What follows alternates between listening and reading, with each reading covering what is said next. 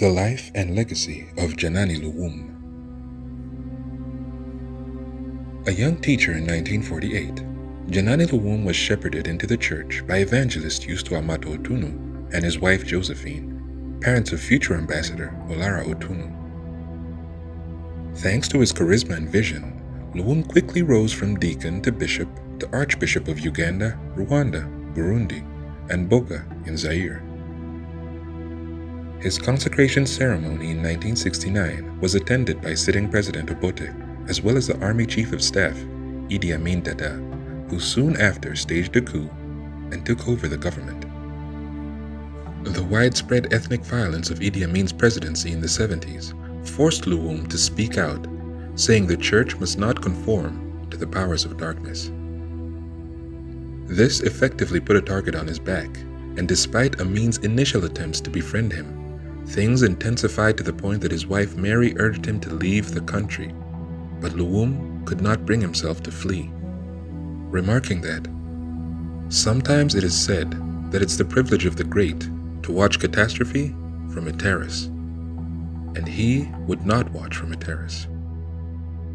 In time, soldiers stormed his home and later violently interrogated him at the State House in Entebbe, until eventually Luwum and other bishops from Namirembe were lured to Nile mansions and seized by military forces. As they were hauled away, Luwum said to Bishop Festo Chivenjere, "They are going to kill me. I am not afraid. I see in all this the hand of God." It was the last time Archbishop Luwum would be seen alive in public. While the particulars have remained historically disputed, the unquestionably brutal slaying of Archbishop Luwum at the hands of Idi Amin's administration galvanized the international community against the sitting president, and less than 2 years later, Amin would find himself run out of State House and the country to spend the rest of his days in exile and obscurity. Archbishop Luwum was martyred in Uganda and honored around the world for his courage, even having a statue in his honor unveiled at Westminster Abbey by the Queen of the United Kingdom, alongside the statues of 10 other martyrs of the 20th century, including Martin Luther King Jr. and Manche Masemola. In Uganda, Janani Luwum's life is celebrated on February the 16th, and Luwum Street is named in his honor.